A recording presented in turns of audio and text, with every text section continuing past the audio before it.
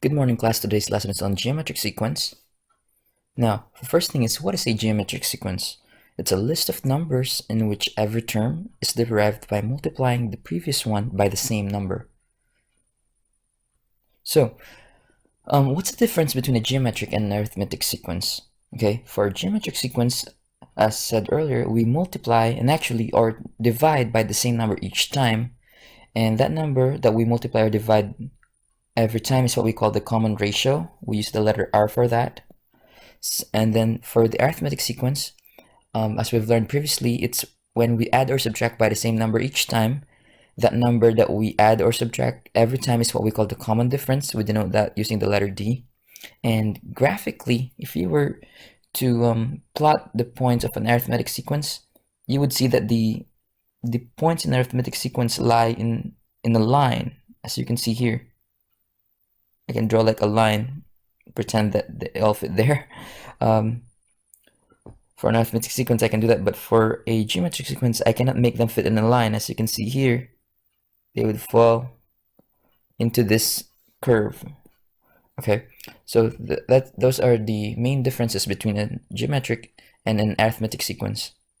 Now, so here are 3 examples of a geometric sequence. Now note that each time, if you really pay attention to these 3 sequences, pay close attention to them, that we multiply by the same number every time. For example, the first one, in order to get from 2 to 6, from 6 to 18, from 18 to 54, this one we multiply each time by 3.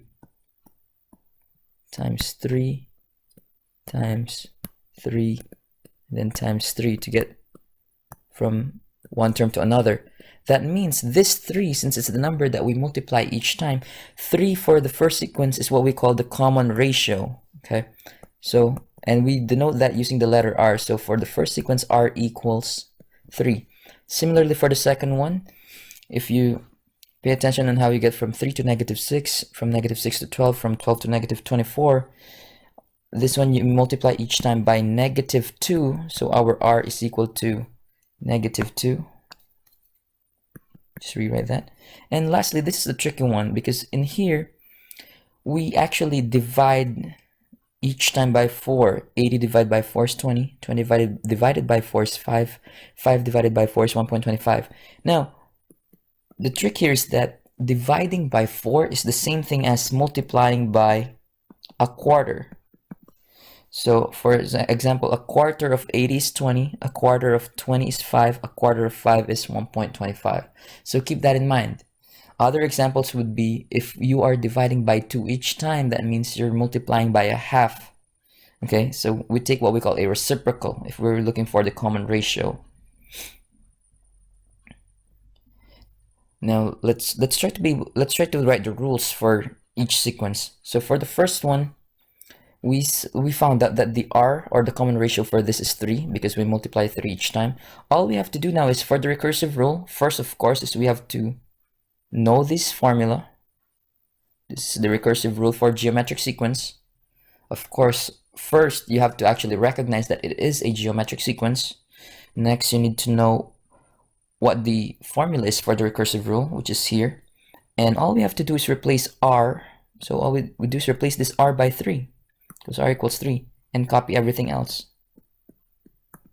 So a sub n equals 3 a sub n minus 1. I don't know what happened there. Oh, okay, that's it. That's all we have to do there. We just replace R by 3. Similarly, for the explicit rule, we also have to replace R by 3. And I actually, for R here, I would put the R in parentheses. For this one, explicit rule, so I put here 3 to the n minus 1. This is the explicit rule.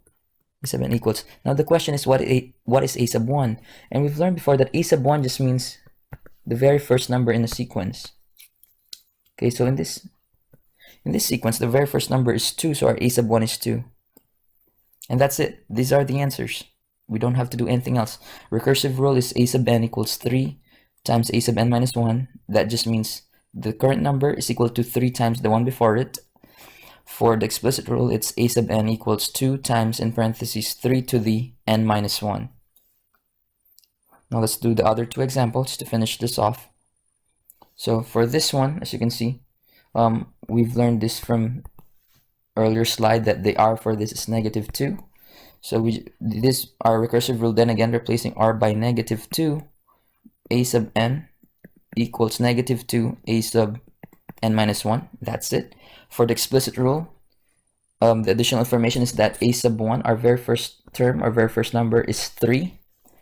So we can write that a sub n for the explicit rule equals 3 times, and put the r, with the common ratio in parentheses, -2 to the n minus 1. And that's it.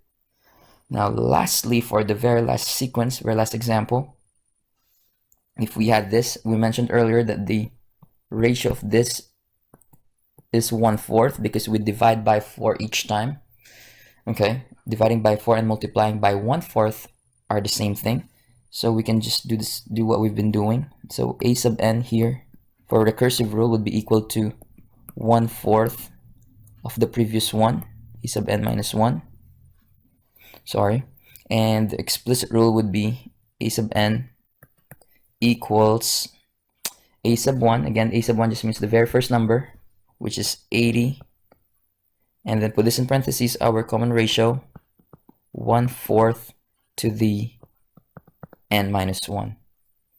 And that's it. That concludes our lesson on geometric sequence.